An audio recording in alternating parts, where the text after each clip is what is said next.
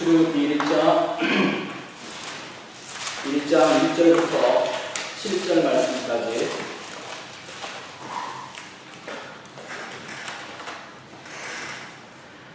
같이 우리 한 목소리로 크게 하나님의 말씀을 공독하겠습니다.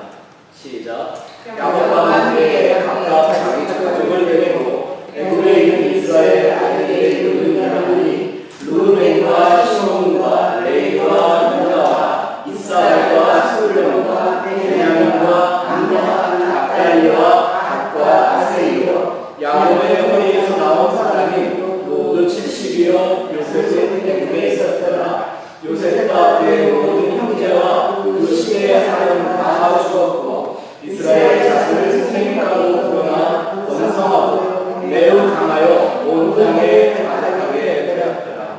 아마도 예수님과 신약의 사도들이 예수님의 복음을 설명하기 위해서 가장 많이 성경을 인용한 책이 있다면 그 중에 하나가 바로 출애굽기일 겁니다. 출애굽기는 예수 그리스도의 십자가의 복음을 아주 그림과 같이 잘 그려주고 있는 책입니다. 그래서 아마 여러분들도 예수 교회 오래 다니시고 예수 오래 믿고 성경 많이 배우셨겠지만 출애굽기를 딱 생각하면 지금도 출애굽기에 글이 보이는 게 아니라 그림이 보이시죠? 네, 하나님의 지혜이십니다. 아주 예수님의 그 피 묻은 십자가의 복음의 진리를 그래픽하게 보여주심으로써 이걸 보는 사람은 누구나 다 이거 예수님 얘기네, 예수의 구원의 사건이네, 예수 그리스도의 완전한 희생과 제사와 그 피 흘림이 무엇인지를 알게 하기 위해서 주었다라는 걸 누구나 이해할 수 있을 만큼 아주 쉽게 써주신 그런 말씀입니다. 저희가 이 출애굽기를 공부하는 하나의 목적은요, 물론 이 안에 담겨있는 예수님의 복음도 우리가 하나씩 짚어가겠지만 그보다 저희가 이 목요 예배를 통해서 더 집중하기를 원하는 건 하나님이 어떻게 죄인을 세상에서 불러내어 예수의 피로 구원하시고 그를 거듭나게 하시며 하나님의 우리에게 주신 그 구원을 완성하는 과정, 뭐라고 하죠? 그것을 구원의 두 번째 단계, 성화, 영적 성장에 또 하나님과 연합하는 그 과정이 어떠한가를 우리가 좀 살펴보기를 원합니다. 이 세상이 광야와 같은 세상이라고 한다면 하나님이 우리를 광야에 던져놓고 여기서 우리를 연단하셔서 하나님 나라에 합당한 하나님의 영원한 그 새하늘과 새 땅에 들어가기에 합당한 사람으로 만들어 가시는 그 하나님이 어떤 분이시며 누구이며 우리는 그 하나님을 이 매일의 삶 가운데서 어떻게 만나고 경험해야 되는지 이런 얘기들을 우리가 이 출애굽기를 통해 공부할 건데요. 세부적으로 나누어서 공부를 하기보다는 한 장씩 가려고 합니다. 40장의 그 40개의 주제를 가지고 하나님과의 그 연합과 동행함, 거룩함, 성결함 이런 주제만을 가지고 여러분들과 좀 나누기를 원합니다. 이 출애굽기라는 말씀 자체가 그걸 굉장히 중요하게 다룹니다.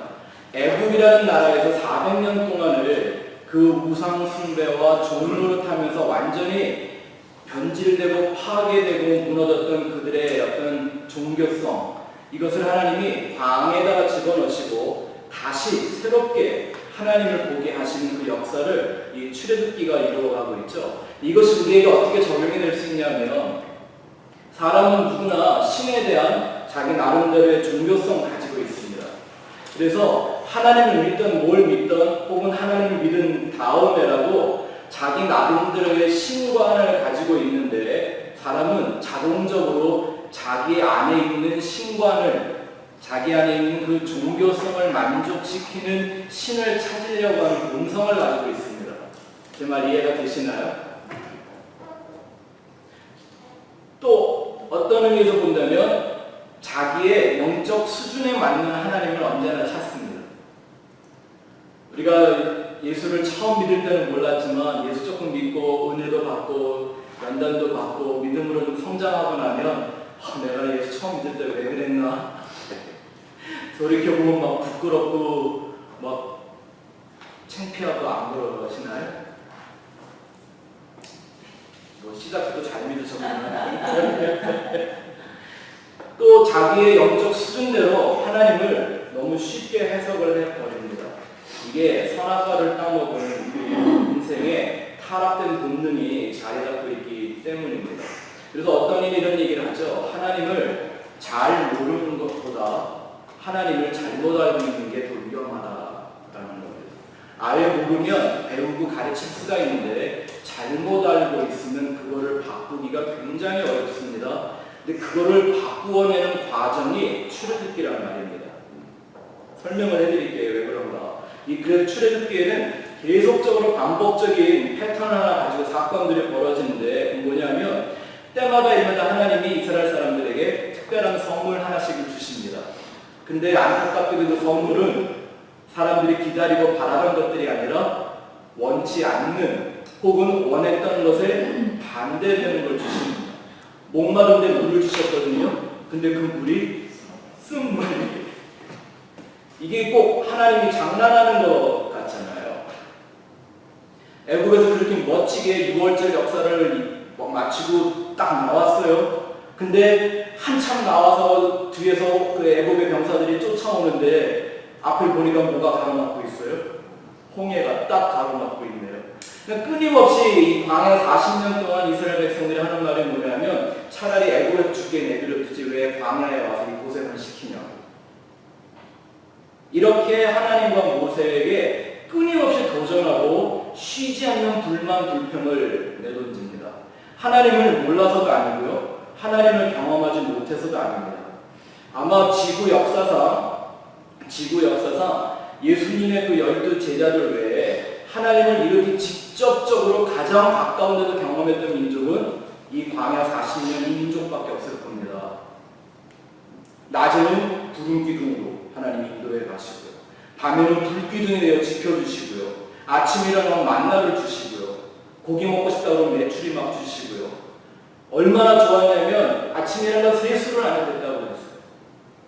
40년 동안 신발이 헤어지지 않고 발이 부르트지 않았다고 그랬습니다. 이게 지금 얼바인 동네에 사는 분들은 이해를 못해요.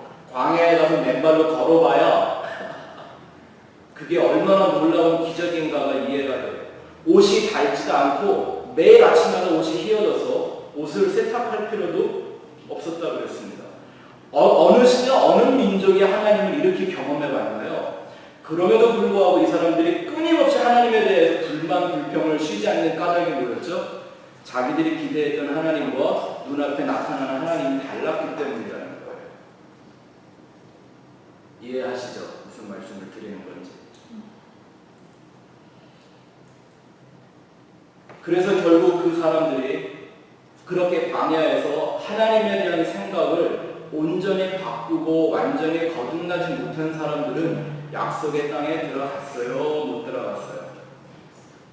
이게 뭘 가르쳐줘요? 교회 다닌다고 다 천국 가는 거 아니라는 게 이 그림에서 뚜렷하게 나타나죠. 그리고 히브리서에서는 그 40년 동안 200만이 넘는 그 사람들이 6월절을 경험하고 그 놀라운 기적을 광야에서 매일같이 경험했던 사람들이 하나님 나라에 들어가지 못한, 가나안에 들어가지 못한 이유를 그들이 불평하고 원망하다라고 얘기하고 있어요. 누구를? 하나님. 왜냐하면 자기를 만족시키는 하나님이 아니었었기 때문이다라는 거죠. 그 대표적인 케이스가 뭐예요? 금송아지. 모세가 잠깐 안 보이는 동안에 이미 시내산에서는 하나님의 불이 임해서 시내산을 시커멓게 다 태우고 있을 정도로 막 그렇게 하나님의 임재가 보이는데도 땅에서 뭐 했어요? 자기들이 원하는 금송아지를 만들어 놓고 섬기는 거예요. 그때 하나님이 모세에게 준 그 돌판이 그 금송아지를 깨트리죠. 이런 일들이 출애굽기에서는 계속 반복적으로 나와요. 그래서 세상에 살던 우리들, 또 우리가 나름대로 가지고 있던 종교성을 갖고 있던 우리들 어떻게 진짜 하나님을 만나는지 성경 속에 살아계신 그 여호와 하나님을 내 이 광야 같은 삶 속에서 어떻게 만나는지에 대한 얘기를 우리가 앞으로 좀 계속 좀 하려고 합니다. 하나님에 대해서 우리가 새롭게 하나님을 발견하고 알아갈 때는요, 꼭 우리의 성장한 과정이 뭐와 비슷하냐면 갑각류 그 동물들이 허물 먹는 거 비슷하다는 생각이 들어요. 우리가 영적으로 성장하고 자라나는 건 옷을 입은 데다가 또 껴입고 또 껴입고 또 껴입고 하는 식의 성장이 아닙니다. 하나님 우리에게 새 옷을 줄 때는 항상 먼저 하셔야 되는 게 뭐예요? 헌옷은 벗어야 돼요. 헌옷이 나쁘거나 잘못돼서가 아니라 새 옷을 입기 위해서는 정들었던 헌옷을 떠나야 돼요. 새 술은 새 부대. 헌 부대가 일을 못해서가 아닌 거예요. 또 이 새 생배 조각을 헌 생배 조각에 붙이지 못한다고 했습니다. 우리가 이 작업을 출애굽기 40장을 공부하는 동안 한 장 한 장을 통해서 우리 모든 사람이 새롭게 되어져 가는 그런 시간들을 갖기를 원합니다. 지난 주일에도 말씀드렸죠. 옛 성전을 허물지 않으면 새 성전이 오지 않는 것처럼 우리가 이 출애굽기 말씀을 여러분 다 잘 아시는 말씀일 테지만 이걸 한 장 한 장 통해서 하나님을 새롭게 만나는 그런 축복과 은혜가 있기를 바랍니다. 오늘 첫 번째 종이 한번 보시기 바랍니다. 출애굽기 40장의 장별 주제를 제가 적어놨는데 아마 진행하는 동안에 약간의 수정이 있을지 모르겠지만 전체적으로 이런 내용을 가지고 40장 공부를 좀 해보려고 합니다. 한번 같이 읽어볼까요? 1장 구원의 하나님, 2장 언약의 하나님, 3장 불러이 가시는 하나님, 4장 능력을 주시는 하나님, 5장 고난을 주시는 하나님, 6장은 절망과 공격 속의 하나님, 10장 높여주시는 하나님, 8장 가족을 만드시는 하나님, 9장 우상을 파괴하시는 하나님, 10장 표징을 주시는 하나님, 11장 구별하시는 하나님, 12장 유월절의 하나님, 13장 방언을 도와주시는 하나님, 14장 은혜를 받으시는 하나님, 15장 승리를 주시는 하나님, 16장 만나를 주시는 하나님, 17장 기도를 가르치시는 하나님, 18장 비밀을 주시는 하나님, 19장 거룩한 사도로 초청하시는 하나님, 20장 계명을 주시는 하나님, 21장 법을 세우시는 하나님, 22장 거룩한 사람을 만드시는 하나님, 22장 미래를 예비하시는 하나님, 24장 필요와 약하시는 하나님, 25장 성막을 지으시는 하나님, 26장 성소와 지성소를 구별하시는 하나님, 27장 어깨의 하나님, 28장 에봇을 입히는 하나님, 29장 피와 기름으로 성결케 하시는 하나님, 30장 거룩한 기물을 만드시는 하나님, 31장 지혜와 성령을 주시는 하나님, 32장 문성하를 깨뜨리시는 하나님, 33장 하나님께서 만나는 하나님, 34장 실천하는 하나님, 35장 마음이 지혜로운 자를 쓰시는 하나님, 36장 그 이름을 보고 마음을 전하는 사람들, 37장 하나님의 법대로 만드는 사람들, 38장 모세의 마음대로 하는 사람들, 39장 축복받는 사람들, 40장 하나님과 동행하는 사람들. 여러분들이 성경을 읽을 때 이런 하나의 주제를 가지고 각 장을 한번 읽어보시면 미리 예습하는 마음으로 읽어보시면 여러분들에게도 큰 도움이 되리라고 봅니다.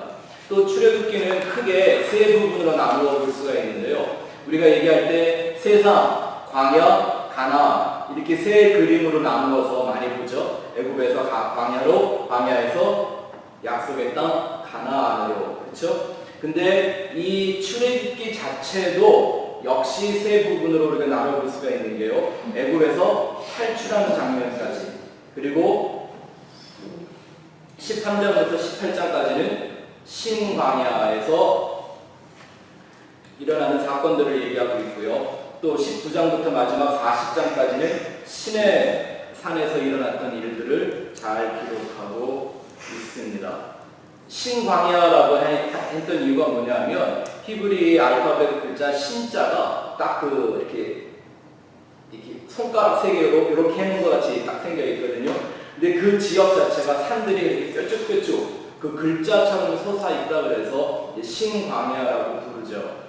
이런 여러 가지 다양한 사건들이 그 안에서 일어나는데 그걸 통해서 우리는 하나님을 발견해 보려고 하는 겁니다. 그래서 오늘은 먼저 여러분들에게 출애굽기가 갖고 있는 중요한 서론적인 내용들을 먼저 좀 말씀드리고 다음 주부터 본문 강해를 시작하려고 합니다. 출애굽기의 이름 한번 보시죠. 출애굽기의 이름. 출애굽기의 원래 이름은 출애굽기나 엑소더스가 아니라 히브리어로 웰레 쉐머트라고 합니다. 원래 모세오경, 영어로는 펜타투크라고 하지만 히브리 사람들은 토라라고 부르죠. 이 5권의 모세오경을 5권을 만드는데 원래는 이게 5권으로 나눠져 있는 책이 아니었고요. 한 권의 책이었죠. 한 권의 책이었고요. 창세기의 이름은 원래 베레시트라고 해서 이 모든 모세오경의 이 책의 이름은 첫 글자예요. 첫 글자. 예. 그 베레시트는 태초에 in the beginning 이렇게 번역이 가능한데 출애굽기에 시작한 이 웰레 쉐머트는 그 안에 특별한 의미가 있는 게 아니라 말 그대로 풀어보면 그리고 그 사람들의 이름은 이렇게 얘기할 수가 있는 거예요. 이게 원래 제목이었습니다. 근데 이게 언제 이 헬라어식으로 이름이 바뀌냐면 3세기가 되었을 때 이제 이 헬라 사람들을 위해서 히브리 구약 성경을 헬라어로 번역하면서 엑소더스라는 이름이 한 3세기경에 주어지죠. 토라라는 이것이 굉장히 중요합니다. 모세오경을 토라라고 부르는데 원어적인 의미는요. 관역을 겨냥하고 있는 화살이라는 뜻입니다. 화살. 관역을 겨냥하고 있는 화살입니다. 그리고 여기서 말하는 그 관역이란 바로 하나님에 대한 진리와 그 진리이신 하나님과의 관계입니다. 하나님과의 관계는 진리를 떠나서는 이루어질 수가 없고 관계를 완성하기 전에는 진리는 그저 관념일 뿐이라는 것을 이 토라라는 것 자체가 아주 우리한테 잘 가르쳐주고 있습니다. 토라라는 말, 그 토라가 말하는 관역, 이 관역으로 우리가 생각나는 단어 하나 있지 않아요? 하말티아. 그게 무슨 뜻이에요? 죄. 뜻은 관역을 빗나갔다라는 거예요. 궤도를 빗나가는 거예요. 관역을 미스하지 않고 활을 쏘려면 그 궁수는 어떻게 뭐만 쳐다봐야 돼요? 오직 뭐 바람이 불건 뭘 하든 뭐만 보는 거예요. 내가 바라보는 맞춰야 되는 관역만 바라봐야 하는 거죠. 우주선을 쏘아 올리면 이 우주선이 정확한 궤도를 갈 수 있게 하기 위해서 끊임없는 궤도 수정이 필요해요. 여러분들 운전할 때 보시면 차로 멀쩡히 가는데 나는 계속 핸들을 돌려줘야 돼요. 뭐 때문이죠? 내가 가야 되는 그 길로 차가 똑바로 가야 하기 때문이죠. 우리 신앙생활도 똑같습니다.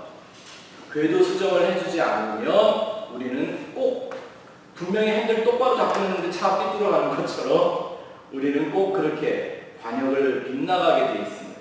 끊임없이 그 관역을 바라보며 계속 돌아와야 되는 거예요. 출애굽을 통해서 40장을 읽어보셔서 아시겠지만 그 하나님만 보고 우리가 출애굽의 여행을 한번 하려고 하는 겁니다. 이렇게 관역으로, 궤도로 계속 자기 자신을 수정해 돌아오는 영적인 과정을 뭐라고 부르죠? 그게 회개입니다. 회개. 하나님께로 돌아가기 위해서 깨어지기도 하고 회복되기도 하는 그것이 하나님 나라에 가는 그날까지 이루어지는 것, 이게 바로 회개요 십자가의 도입니다. 제가 여러분들에게 늘 말씀드리기를 스펙트럼 교회를 개척하기 전에 하나님 앞에 제가 한 가지 기도를 드렸던 게 바로 하나님 생명의 말씀에 생명 거는 사람들만 보내주세요 라는 기도했다고 늘 말씀을 드렸죠. 여기서 말하는 말씀에 생명을 건다라는 얘기는요, 성경 공부에서 지식을 많이 늘리는 사람이라는 얘기가 아닙니다. 하나님의 말씀이 내 생명 같아서 그 말씀을 놓치면 꼭 죽는 것 같은 걸 경험할 수 있는 회개하는 심령의 사람들이 되어야 한다라는 걸 말씀을 드렸던 거죠. 자, 그 두 번째 가서 보시죠. 영어로는 출애굽기를 엑소더스라고 하죠. 그래서 원래 성경 이름에는 출애굽이라는 말도 성경에 없는 겁니다. 제목으로는요. 우리가 이제 중국말 성경을 한글로 번역하다 보니까 출애굽이라는 말이 나왔는데 헬라어로 번역할 때는 엑소더스라고 얘기를 하고 있습니다.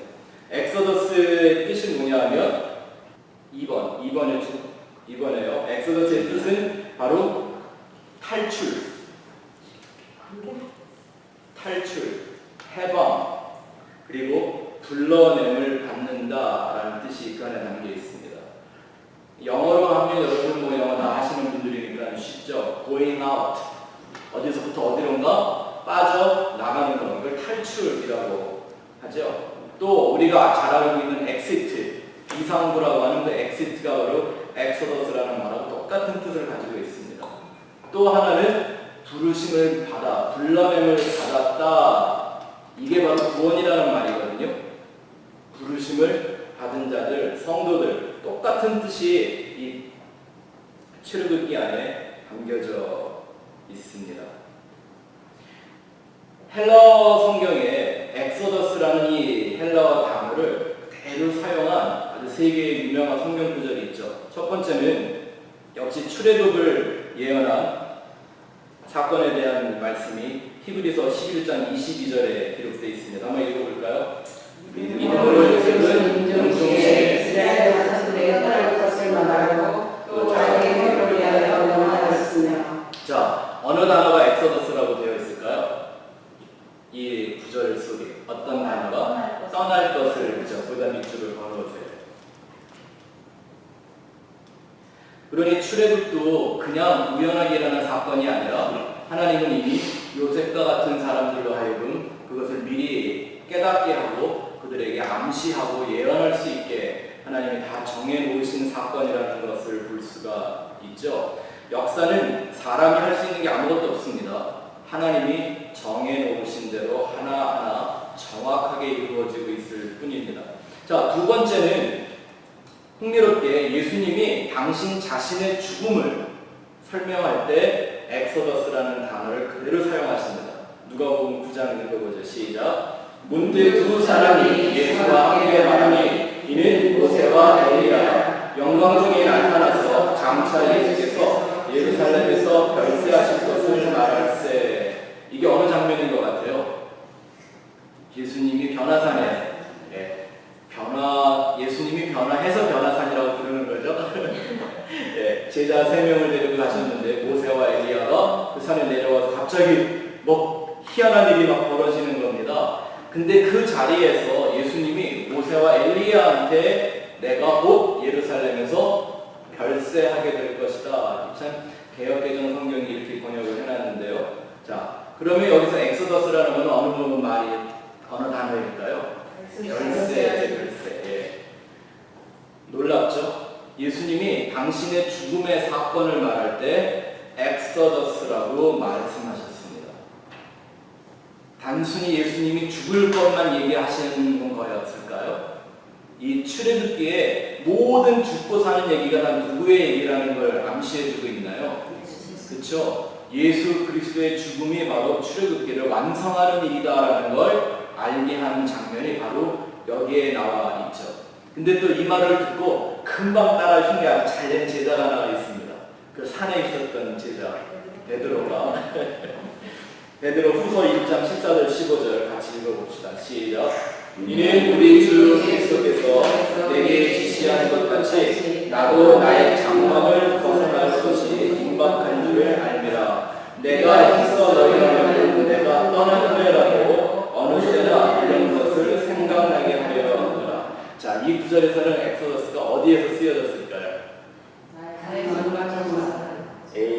내가 떠난 후에라도 장막을 벗는다라는 의미는 똑같지만 단어는 다른 단어가 쓰여졌겠죠. 네. 정확하게 엑소더스라는 단어가 쓰여진 것은 내가 떠난 후에라도 성도의 죽음이 무엇인가를 정확하게 말해주는 겁니다. 그래서 사실은 인간이 죽는다라는 게 죽고 끝나는 거 아니라 이 세상에 갇혀 살다가 그쵸? 때가 되면 우리가 이 세상을 going out 빠져나가는 거예요. 탈출하는 거예요. 엑시트하는 거예요. 우리를 부르신 그 하나님에게로 돌아가서 이 세상으로부터 인간의 죄와 육신의 문제로부터 완전한 자유 해방을 얻게 되는 것. 그것이 바로 성도의 죽음이요. 그것이 엑소더스라는 걸 우리가 여기서 아주 살펴볼 수가 있습니다. 자, 마지막 페이지 세 번째. 출애굽기의 저자, 출애굽기는 누가 썼습니까? 모세. 네. 받아 적은 거죠, 그죠? 성경의 원작자는 누구예요? 하나님이 원작자이시고, 그렇죠? 모세가 땅에서 받아 적은 거죠. 이 모세가 출애굽기, 특히 모세 오경의 저자임을 입증하는 것이요, 학문적으로는 굉장히 중요한 일입니다. 아주 이게 성경에 사활이 걸린 일입니다. 성경에 가장 먼저 쓰여진 5가지의 책이 바로 이 모세 오경인데, 모세가 썼다고 하지 않으면, 다른 이론들을 말하기 시작하면요, 모세 오경은 하나의 신화나 전설, 허구가 될 수가 있습니다. 확실하게 모세라는 역사적인 인물이 그 당시에 하나님으로부터 받은 그 말씀들을 정확하게 기록된 것이 입증되어야만 이 모세 오경은 역사적으로나 과학적으로나 신빙성, 성경의 신빙성을 증명하는 일이 됩니다. 여러분들이야 크게 고민 안 해보셨는지 모르겠지만, 이 신학계에서는, 학문계에서는요, 이 성경을 부정하려고 하는 일이 쉬지 않고 일어나고 있습니다. 이건 사실 에덴 동산에서부터 있었던 거죠. 하나님이 아담과 하와한테 말씀 한마디 줬는데 마귀는 그것까지 도전을 하죠. 꼭 하나님의 진리, 하나님의 말씀, 하나님의 법이 떨어지면 마귀는 바로 역사합니다. 그게 마귀의 속성입니다. 예수님 말씀하시기를 저는 처음부터 거짓말인, 그리고 살인하는 자, 거짓말로 살인하는 자다라는 뜻이죠. 그 일이 지금도 멈춰지지 않고 있는 겁니다. 그래서 이 신학자들 중에 변증학을 하는 사람들이 있는데, 이 사람들이 하는 일이 뭐냐면 성경을 역사적으로, 그리고 과학적으로, 또 학문적으로, 철학적으로, 도덕적으로 이걸 완전히 하나님의 작품인 것으로 입증해내는 일을 하는 사람들이 있는데, 이거 굉장히 중요한 아주 심각한 전쟁입니다. 사실 지금 아이시스 이런 거 일어나는 일보다 더 심각한 건 우리가 사는 이 땅에서 일어나고 있는 이 성경에 대한 신빙성에 대한 전쟁인 것이죠. 우리가 이 하나님의 말씀을 전하는 일들이 더 필요한 겁니다. 근데 더 좀 안타까운 일은 기독교계에서도요, 19세기가 후반에 접어들면서 이 성경, 특별히 모세 오경을 모세가 쓴 것이 아니라 여러 사람들의 얘기를 부전으로 내려왔던 걸 나중에 후에 짜집기 한 거다라고 얘기하는 설이 나왔었습니다. 문서 가설이라고 하는데요. 자유주의 신학이라는 말을 들어본 적이 있으실 거예요. 자유주의 신학. 자유주의 신학이 뭐냐면 말 그대로 인본주의적인 신학입니다. 그래서 하나님이 우선하는 게 아니라 사람이 우선하는. 왜 거기가 지역이 어디죠? 가든로브인가요? 수정교회에 있던데. 예, 지금은 더 이상 그 이름이 없어져서 다행인데요. 그 교회를 시작했던 그 로버트 슐러라는 목사님이, 이 사람은 자유주의의 선구자였었습니다. 제가 신학교 다닐 때, 그때가 90년대 초반에가 이 자유주의 신학이 막 가장 불길같이 일어나는 그런 때였는데, 그때 어느 이 기독교 잡지의 기자가 비행기를 탔는데 우연치 않게 로버트 슐러 목사 옆에 앉게 된 거예요. 그래서 이 사람이 뜻하지 않게 오랜 시간 그 사람과 대화하고 인터뷰를 할 수 있는 특권이 생긴 겁니다. 근데 이 기자가 하나 물어봤습니다. 만약에 목사님이 남은 인생을 동안 정말 우리 기독교를 위해 하고 싶은 일이 있다면 뭡니까? 라고 했더니 이 사람이 조직신학책을 좀 써보고 싶습니다. 조직신학이라는 게 이제 성경에 대한 모든 신학을 아주 조직적으로 구원론, 신론, 마귀론, 천사론 이런 걸 딱딱 정확하게 해서 공부하는 걸 조직신학이라고 하는데요. 그거를 하면서 그 책을 쓰고 싶습니다. 그러더래요. 이 사람이 벌써 좀 눈치가 있어서, 그럼 당신은 어떤 순서대로 조직신학책을 쓰고 싶습니까? 보통 복음주의적인 신학자들은 조직신학 그러면 뭐부터 시작을 해요? 당연히 신학이니까 신론부터 시작하겠죠. theology, 하나님은 누구인가 부터 시작을 하게 되겠죠. 근데 이 로버트 슐러 목사가 완전히 생각을 뒤집는 대답을 한 거예요. 나는 anthropology, 인간론부터 쓸 겁니다. 왜요? 인간이 없는 하나님의 무슨 의미가 있느냐? 하나님을 안 믿는다는 게 아니에요. 하나님을 부정하는 것도 아니에요. 근데 문제가 뭐예요? 하나님보다 인간을 중심으로 만드는 거예요. 그게 자유주의 신학이라고 말합니다. 그래도 90년대 그쯤에요, 얼마나 복음주의와 자유주의의 대립이 심했냐면 이 자유주의의 선봉 중에 하나가 장로교 신학의 제일 유명한 신학교였던 프린스턴 세미널이라고 하는 그 신학교가 그 당시에 완전한 자유주의에 빠졌다가 이제 헤어져 나왔는데, 그 당시에는 복음주의 진영에 있는 신학자가 프린스턴 신학교나 자유주의 신학교의 도서관에 들어가려면 미리 허가증을 신청해서 출입증을 받아야만 들어갈 수 있게 할 만큼 복음주의와 자유주의는 원수가 됐었습니다. 근데 우연치 않게 자유주의가 기승을 부릴 때 함께 같이 일어난 변질된 신학이 뭐냐면 기복주의와 신비주의. 인간을 중심으로 하고 나니까 모든 생각이 어디로 가는 거예요? 땅에서 복 받자. 그리고 그 선악과 따먹어서 내가 하나님 되고 싶어하는 그 인간의 그 충동을 만족시키는 신비주의, 은사운동, 말도 안 되는, 저는 성령운동은 반드시 필요한 거라고 보지만 그릇된, 변질된 성령운동 이런 거 막 하면서 전 세계 교회들이 완전히 복음을 잃어버리게 되는 이런 일들이 이 자유주의 신학과 함께 일어나게 됐습니다. 신사도운동 들어보셨죠? 이제 조금 한물 가는 것 같은데, 하도 공격을 많이 하니까 한물 가는 것 같은데, 역시 신사도운동도 뿌리가 어디예요? 자유주의 신학이었어요. 풀러의 교수였던 사람이 시작을 한 거였거든요. 그래서 모세가 이 모세오경의 저자였다라는 거 굉장히 중요한 얘기가 됩니다. 이런 막 가설이 나왔다가 하나님이 행하신 일이 뭐냐면 20세기 초에 여러분 들어보셨겠지만 사해사범 이런 얘기 들어보셨죠? 쿰난 공동체 이런 동굴 속에서 과거에 오래전에 기록했던 쪼가리 같은 성경의 문권들이 막 발견되는 거예요. 그것들을 조사하고 연구해서 봤을 때 모세 시대에 기록된 것들이 확실한 기록들이 나오면서 이제 또 이런 가설들은 또 사장되고 말았죠. 문제는 그런데 빠져있던 사람들은 끊임없이 인본주의적인 신학을 합니다. 정말 물과 피로 거듭나지 않은 사람들은요, 신학자가 되고 인본주의적입니다. 신학자가 되고 목사가 돼도 마찬가지고요, 교회의 직분자가 돼도 마찬가지입니다. 뭐 하지 않으면? 물과 성령으로 거듭나지 않으면 나 중심적인 그 신앙 체계를 절대 떠나지 못합니다.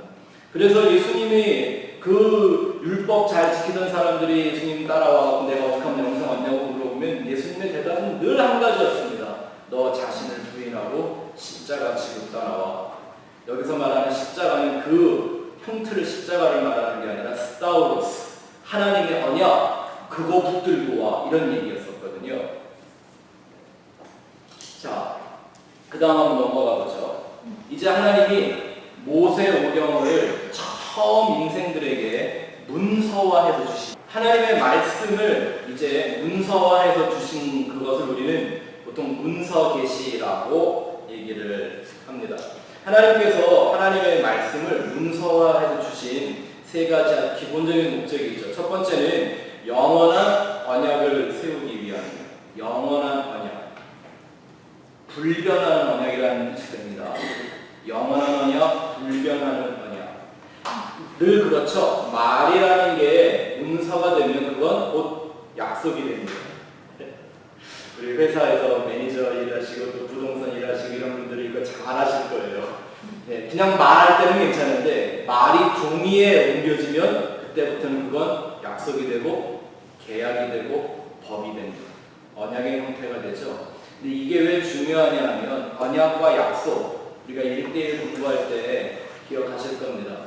약속은 관계를 이루는데 제일 중요한 일 중에 하나입니다.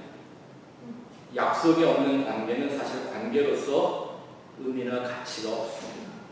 어떤 약속이 있는 관계냐, 그것이 그 관계의 퀄리티, 관계의 깊이, 관계의 축복을 결정하죠. 하나님이 하나님의 말씀을 말로만 안 하시고 문서화해서 주셨다는 것은 하나님이 이제 인생들과 깨어지면 반드시 누군가 하나는 그 대가를 치러야만 되는 약속, 계명, 언약, 이것을 주셨다라는 것이죠. 그 얘기는 뭐냐면 하나님이 내가 인생과 관계를, 그 그 약속으로 진리로 관계를 회복하겠다라는 것입니다. 놀라운 건 그 말씀을 하나님이 글로 써서 약속으로 주신 그것이 바로 인생들에게는 생명의 길이 되는 겁니다. 이해가 되세요? 그래서 예수님이 이런 말씀하시죠. 말씀이 영이요 생명이다. 예수님이 이런 말씀들이 그냥 산발적으로 튀어나온 일이 아니에요. 다 이 모든 것을 설명하시고 완성하기 위해 선포하신 하나하나의 말씀이다라는 거죠. 자, 이걸 잘 기억하셔야 돼요. 하나님의 말씀을 언약의 형태로, 약속의 형태로 문서화해서 주셨습니다. 그 약속을 받은 사람들에게는 하나님 뭘 약속하는 거예요? 생명을 주시고 하나님과 약속의 관계, 영적인 관계로 회복하겠다라는 거예요. 그러니 그 하나님이 주신 말씀이 바로 생명이고 그것이 영이다라고 얘기하는 거예요. 이해가 되시죠? 두 번째, 문서 계시의 목적이 있습니다. 왜 제가 이런 서러운 말씀을 드리냐면 성경 공부하는 것도 중요하고 우리가 출애굽기를 앞으로 이해하는 게 굉장히 중요한 요소들이기 때문에 그래요. 두 번째는 진리를 명확하게 전파하기 위해서입니다. 진리. 이제 슬슬 시작을 하시는군요. 미리 맞춰보기 이렇게. 네. 근데 제 생각에 한 2년은 걸려야 될 거예요. 네. 한 2년 정도 하면 다 맞추시더라고요. 자, 진리를 명확하게 전파하기 위해 전에 한 말씀드렸죠. 기독교 교육은 철저하게 하나님이 주신 그 문서적인 말씀, 그 진리를 중심으로 교육을 해야 된다. 그래서 성경적인 생각과 성서적인 이해가 얼마나 다른 건지 설명을 한번 드렸었습니다.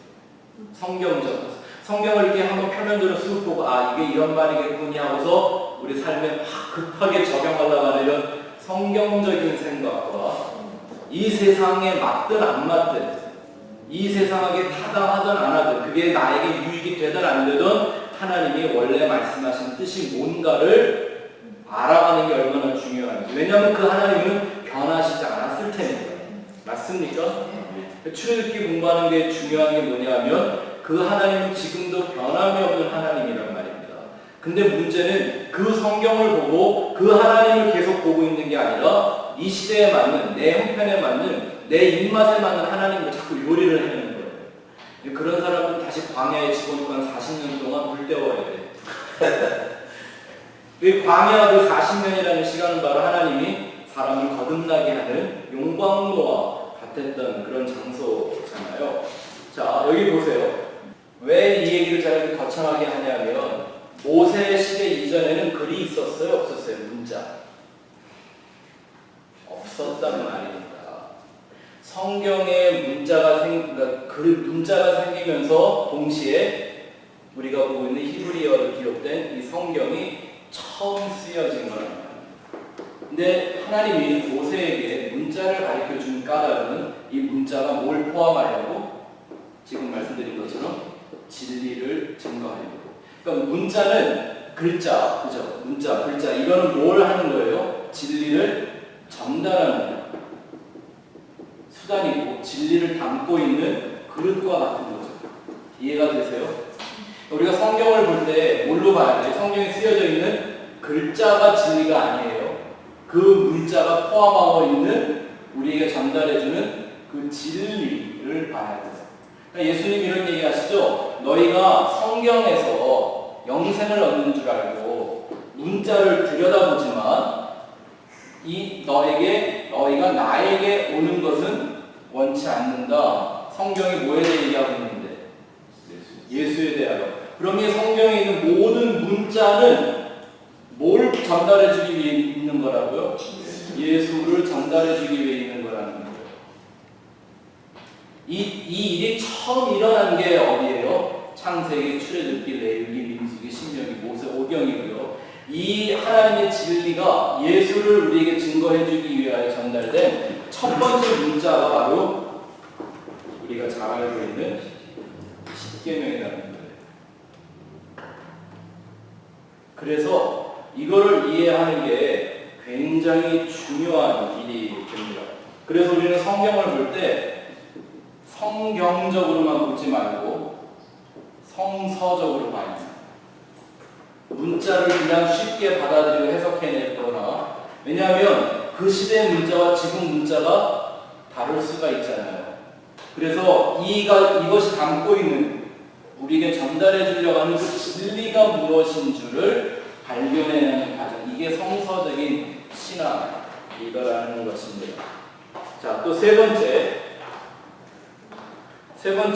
목적은 후대 사람들을 하나님의 말씀으로 교육하기 위해서입니다. 지속적이고 일관적인, 막 이렇게 저렇게 바뀌고 변질되는 거라 변질되는 게 아니라 일관적인 교육을 하려고 한다면 반드시 변함없는 성문화된 문서가 필요하겠죠. 하나님이 성경을 모세를 통해 모세오경을 처음으로 문자를 하나님이 직접 가르쳐 주시면서 쓰게 하고서 하신 말씀이, 이 말씀에는 1.1획도 가감하지 말라라고 합니다. 좋은 생각이나 어떤 삶의 방식들을 가리키기 위한 게 아니라 이 진리가 우리에게 전하고자 하는 생명과 죽음에 대한, 천국과 지옥을 결정하는 절대적인 진리, 그것을 주신 거예요. 그래서 처음에 주실 때 아예 아무도 손을 못 대게 어디다가 새겨주셨어요? 돌판에 새겨주셨어요.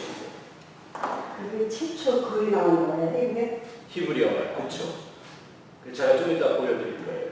어떤 모양인가 상상해서 그 당시에 언어를 연구한 신학자들이 최초의 십계명은 이렇게 써 있었겠구나라고 해놓은 게 있어요. 제가 보여드릴게요. 잠깐만 기다리세요. 또 설명을 좀 드리고. 네.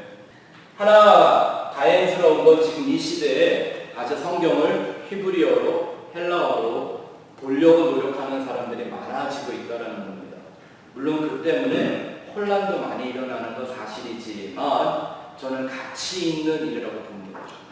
하나님이 적어도 무엇 때문에 이렇게 말씀을 하셨을까라는 걸 그때로 돌아가서 그 영원한 진리를 모든 성경 66권에 정확하게 일맥상통하게 되는 진리를 찾는 것, 이게 굉장히 중요한 거거든요. 저도 왜 최근에 와서 여러분들과 함께 성경을 중요한 단어들을 다 원어를 찾아서, 그것도 그냥 원어가 아니라 그 원어가 쓰여졌던 아주 고대 그 원형을 찾아서 여러분들에게 설명을 해드리려고 애를 쓰냐 하면요, 저 역시도 마찬가지예요. 25년 동안 목회를 해보고 설교를 해봤는데 그냥 우리가 현대적인 눈으로만 바라봐서는요, 앞뒤가 안 맞는 얘기들이 너무 많고요. 네? 또 그런 설교를 하는 걸 너무 많이 봤고요. 또 때로는 저도 그렇게 모를 때는, 어렸을 때 막 그렇게 한참 배울 때는 그렇게 해본 그런 실수를 해본 적도 있고요. 그래서 더 이상은 그런 실수를 하지 않기 위해서 하나님의 진리를 담고 있는 문서를 보는 거죠. 그래서 문자를 보려고 하는 게 아니라 그 안에 담겨 있는 진리예요. 그래서 40장에 제가 각기 다른 모습으로 나타나 있는 하나님을 보여드리는 거죠. 뭐예요? 이 진리를 보게끔 하려는 거죠. 자, 또 세 번째 한번 가서 볼까요? 문자와 성경의 시작. 말씀드린 것처럼 모세오경이 기록되기 전에는 히브리 사람들한테는 뭐가 없었어요? 문자라는 게 없었어요. 이거는 히브리 사람들뿐만 아니라 아직 인류 역사에 특정한 인간이 소통할 수 있는 문자가 만들어지지가 않았던 때예요. 역사적으로 볼 때. 그렇죠. 이후에 만들어지는 게 소위 말하는 표인 문자, 상형 문자, 그 얘기를 좀 드리려고 하는데요. 오늘은 좀 그런 재밌는 얘기를 좀 한 번 들으면 여러분들이 안 잊어먹을 만한 그런 얘기 좀 해드릴게요. 그래서 이 출애굽기는요, 인류에게 어떤 문자가 어떻게 시작이 되었는지 연구하는 데도 굉장히 중요한 자료가 되고 있는 책입니다. 모세오경이 기록되기 전에는 이 세상에 뚜렷한 문자들이 없었는데요. 문자와 같은 것들이 있었다 하더라도요, 그거는 어떤 지금 우리가 이렇게 종이에 팍 써서 우리 생각과 마음을 갖고 커뮤니케이트 할 수 있는 그런 문자가 아니라 표시하는 정도죠. 여기서 만나? 이러는 거. 또 왜 사람들은 뭔가 이렇게 보면 그리고 하잖아요. 그런 어떤 그림에 대한 뭐였지?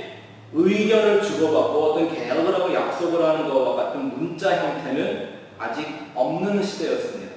그나마 있었다고 하는 게 어떤 종교였냐면 종교적으로 신에게 주문을 하잖아요. 주문.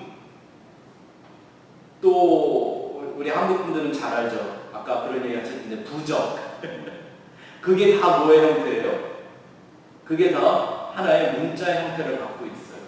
그리고 그 당시에는 이 특정한 특권층들, 아주 상류사회, 또 왕족, 종교의 리더들, 이 사람들만이